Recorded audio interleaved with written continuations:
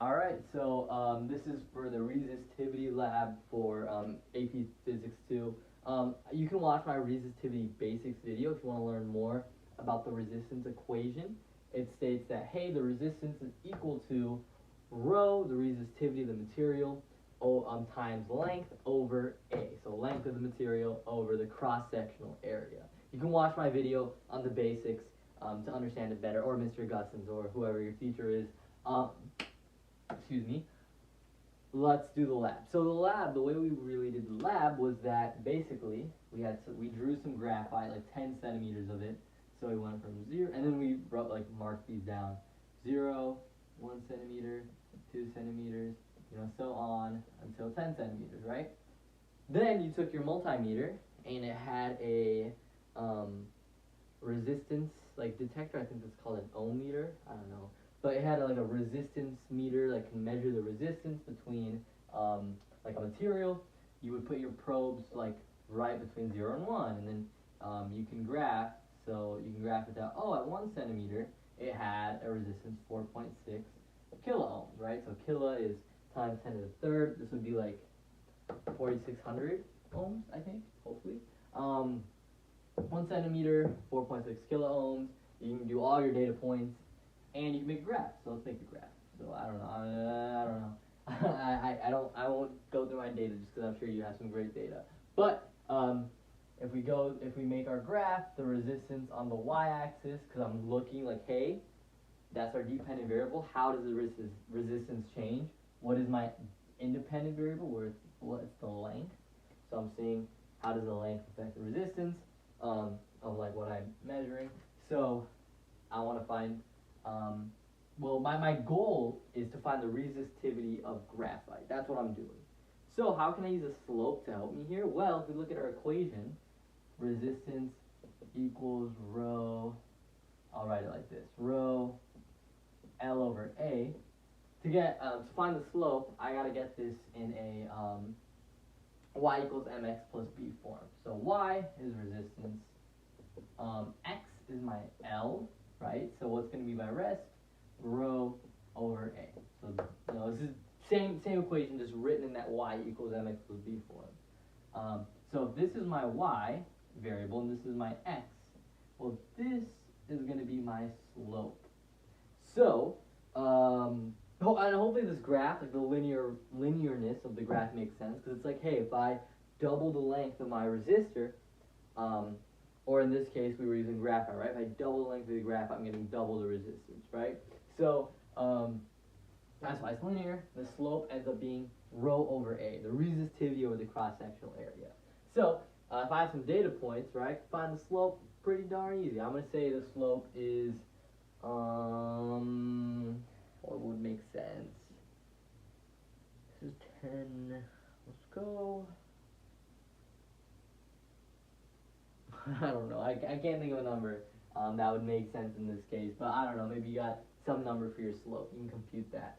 How can we find the resistivity? Well, just use the slope, right? So we could say, like, okay, my slope, I'm going to say, I don't know, 14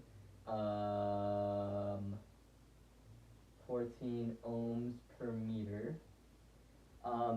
And I got that unit from like ohms over meter. Centimeters, I'll do centimeters. I'll do meters. 14 ohms over meters is equal to rho over A. I don't really know like my rho, like I don't really know my area, because it's graphite on paper. So I think the packet says it has a depth of 10 micrometers.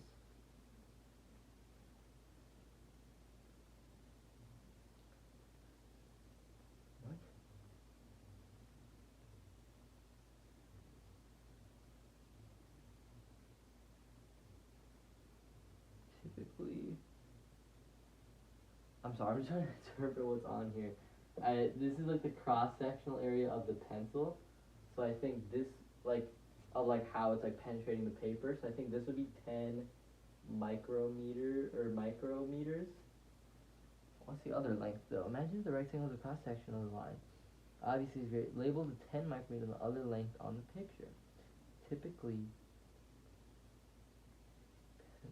penetrates a piece of paper to a depth of 10 micrometers.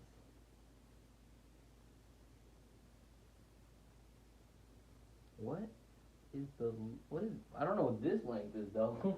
I don't know what the total, I would have to measure it. Let's just say it's 50, I don't know, I'm gonna estimate 50 micrometers. Area I can find pretty easily. It would be equal to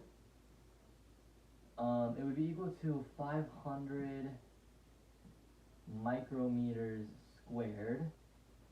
So that would be like 500 times 10 to the negative 12 meters squared. That's our cross-sectional area. Plug that guy into here, and you can find the resistivity pretty quickly. Multiply by A. So that's how you can find the resistivity using the graph. That's kind of the big idea. Is like, hey, can you make a graph and do this? Let's just check out the next page. Sam and Dylan, in an effort to save time, each color in or half the. Okay, so Sam colors this half. So I'm guessing this is like a top view, and then this is Dylan's. I'll do that for Dylan. The problem is that they have different pencils, different pencil graphite. The graph below shows their data completely from the dependent, so you may earn a 4. So basically, as you can, so here's my explanation, I guess. Hopefully I earn a 4. I don't know. I don't think Mr. Gus can give those out, but we're starting at this length. As my length gets bigger, right, as my probe is measuring a greater and greater length, my resistance is increasing by a certain factor. And this factor is a resistivity over the area, right? But as I cross over to this section, when I'm increasing my length, my resistance does not increase by the same factor, right? If this was a graph, I didn't even show you the graph. I'm sorry about that, but I'm guessing you guys have your packets. If this is my graph, right, it's increasing by a greater factor here because our slope is rho over A. So if we have the same like cross-sectional area, this thing has more resistance, right? This has more resistivity. So more resistivity, greater slope, boom, bada bing, you won $1 million, greater slope, but as I increase my length here, now it's not changing, the resistance is not changing as much. Now, though I have to say, if you're measuring it from here to here, this is pretty interesting, there's got to be like some sort of, I don't know, this is like a resistors in series, and we'll learn about series rules, but yeah, so it's kind of like the average resistivity here, like if I increase my length, if we have the same material, my resistivity is constant, but now if I'm adding a new resistivity into the mix, my overall resistance,